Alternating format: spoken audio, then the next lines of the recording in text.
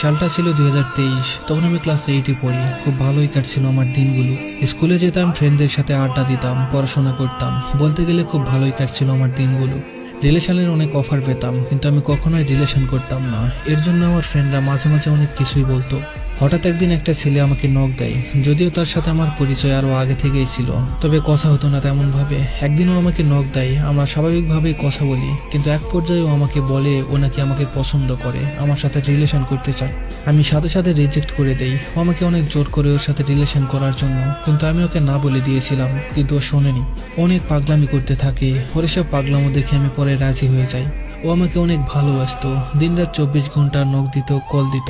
তবে আমার এইগুলো অনেক বিরক্ত লাগলো। সত্যি বলতে রিলেশন আমার আর ভালো লাগতো না। তারপরেও বাধ্য হয়ে রিলেশন করতাম ওর পাগলামোর জন্য। এমনভাবে এক সপ্তাহ যাওয়ার পর আমি ব্রেকআপ করে ফেলি। ব্রেকআপের পর আমার খারাপ না লাগলেও ও অনেক কষ্ট পেয়েছিল। ব্রেকআপের 3 মাস পর তার জন্মদিনে আমি তাকে বার্থডে উইশ করি। সে আমাকে বলে একটা জিনিস চাইবো, দিবে? বললাম যদি সাধ্য থাকে তাহলে দিব। ও বলল, প্লিজ আমার লাইফে তুমি ফিরে আসো, আমি তোমাকে ছাড়া ভালো নেই। আমি আবারও ওর সাথে রিলেশনে যাই। প্রথম একটু বিরক্ত লাগলেও একটা সময় আমাকে ওর ভালো লেগে যায়। সত্যি বলতেও আমাকে অনেক যত্ন সহকারে ভালোবাসতো, আমার জন্য সব করতে পারতো। একদিন আমার সাথে কথা না বলতে পারলেও ওর মাথা ঠিক থাকতো না। এক কথায় বলতে গেলে আমাদের রিলেশনটা খুব ভালোই কাটছিল। আমি একটা সময় ওর প্রতি দুর্বল হয়ে পড়ি। এভাবেই কাটছিল দিন। আমি ওর সাথে আম্মুর ফোন দিয়ে কথা বলতাম। একদিন ওর সাথে কথা বলতে গিয়ে ধরা পড়ে যায়। আম্মু আমাকে বলে ছেলেটাকে। প্রথমে চিনি না বললেও আম্মু একটা সময় আমার কাছ থেকে জেনেই ছাড়ে।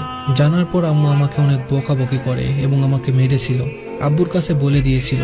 আব্বুও রাগ করে আমার সাথে কথা বলা বন্ধ করে দেয়, আর বলে ওই ছেলের সাথে কথা বলিস না। সবাই না করার পরেও আমি ওর সাথে কথা বলতাম। একটা সময় আমার পরিবার আমাকে বিয়ের জন্য চাপ দিতে থাকে, কিন্তু আমি কিছুতেই রাজি হইনি। ওর জন্য অনেক পাগলাম করতে থাকি, না খেয়ে থাকতাম।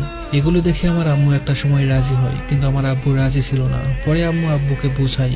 আমার দিকে তাকিয়ে আব্বু রাজি হয়ে যায়। ও যখন ওর পরিবারকে আমার কথা বলল, তারা না করে দেয়। তাদের অনেক বোঝানোর পর তারাও রাজি হয়ে যায়। সবকিছু ঠিকই চলছিল। একদিন হঠাৎ করে ও আমাকে বলে ব্রেকআপ চাই।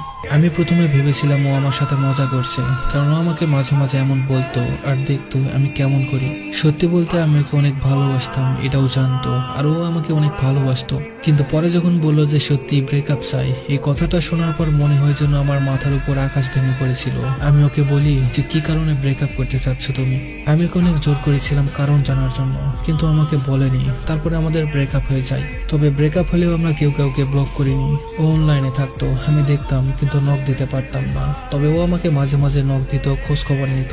একদিন আমি ওকে অনেক জোর করে বলি, তোমার 2টা পায়ে ধরি, প্লিজ তুমি বলো আমাকে ছেড়ে কেন গেছো? আমি পারতেছি না তোমাকে